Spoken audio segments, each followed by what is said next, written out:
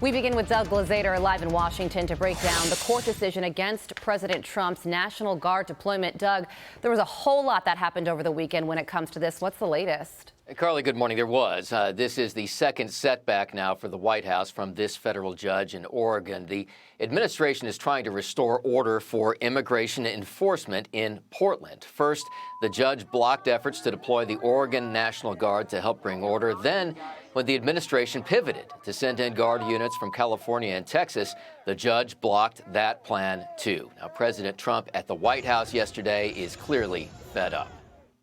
Portland is burning to the ground. You have agitators, insurrectionists. The governor, the mayor, the politicians are petrified for their lives. And you have a judge like that, that judge ought to be a king of him.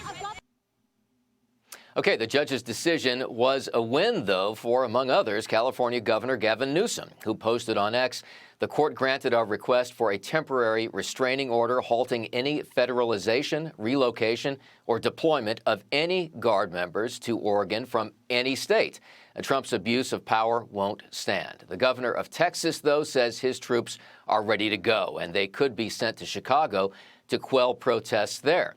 He wrote on X, I fully authorized the president to call up 400 members of the Texas National Guard to ensure safety for federal officials. You can either fully enforce protection for federal employees or get out of the way and let Texas Guard do it. Now, that came after the governor of Illinois asked him to stay out of it, posting this on X. There is no reason a president should send military troops into a sovereign state without their knowledge, consent, or cooperation. That federal judge in Oregon, by the way, was appointed by President Trump during his first term. He was. Carly. All right, Doug Luzader live for us in Washington. Doug, thank you.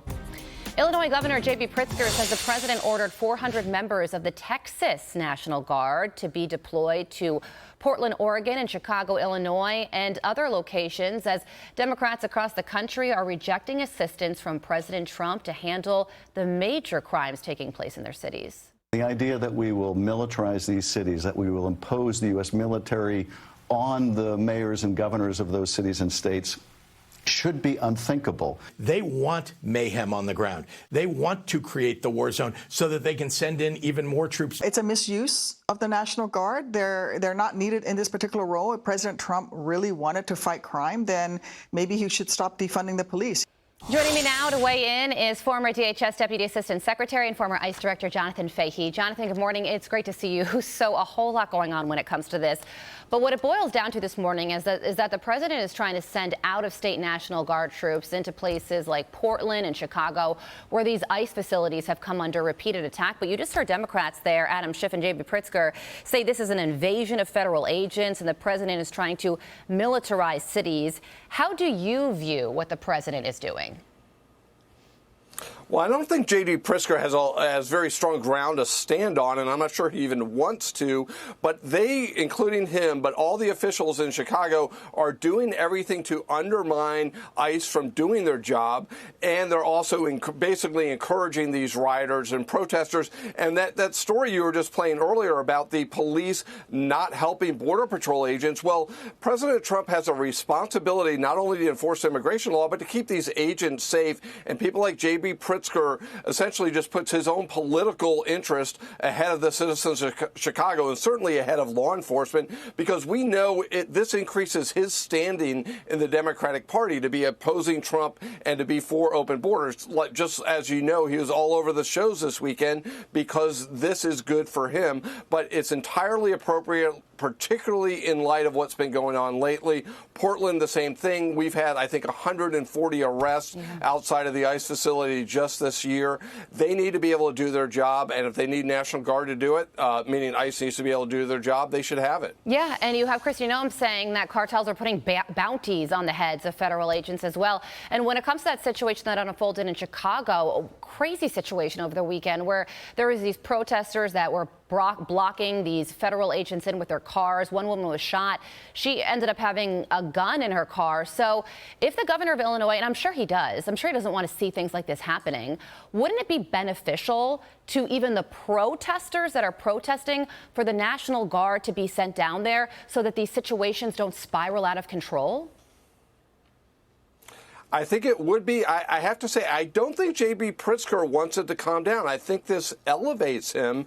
And, you know, everything he says and does indicates that. He tells Kristi Noem to go home, even though he knows she has every right to be there, meaning the DHS has every right to be there. It's truly shocking, truly dangerous. But if he wanted to help things, he could say, hey, we'll cooperate, help you get the most serious criminals out of here. But he's yet to do that because, frankly, I don't think he wants to. Okay, so there's also some developments when it comes to Kilmar Abrego Garcia, the accused MS-13 gang member that a lot of Democrats called a Maryland dad. A judge says that his removal orders will stand. So that means that he could be deported. But there is also one more hearing in the case today, and that has to do with vindication on the part of the federal government. Explain what's going on there. Yeah, so the criminal case in Tennessee, there's a hearing to decide whether or not the government's charging him for the human trafficking was vindictive prosecution, meaning essentially it was retaliatory for him exercising his immigration rights.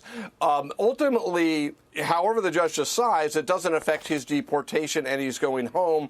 But the interesting thing about this, to defend the government, they stumbled essentially upon the information of his human trafficking, meaning this administration, when they looked into this case, and they basically caught him red-handed, that Tennessee stop when he was caught with all the illegal migrants in his, I think, a van. And that was something the Biden administration actually was just derelict in duty, not prosecuting. So ultimately, I think the government probably wins this hearing, but it doesn't matter. Kilmar Abrego Garcia will never be the Maryland man again. Yeah. He's gone. Well, let's hope this chapter that saw a sitting senator in El Salvador to support this alleged gang member and wife beater, let's hope that chapter quickly comes to an end. Jonathan, thanks for joining us this morning. We appreciate it.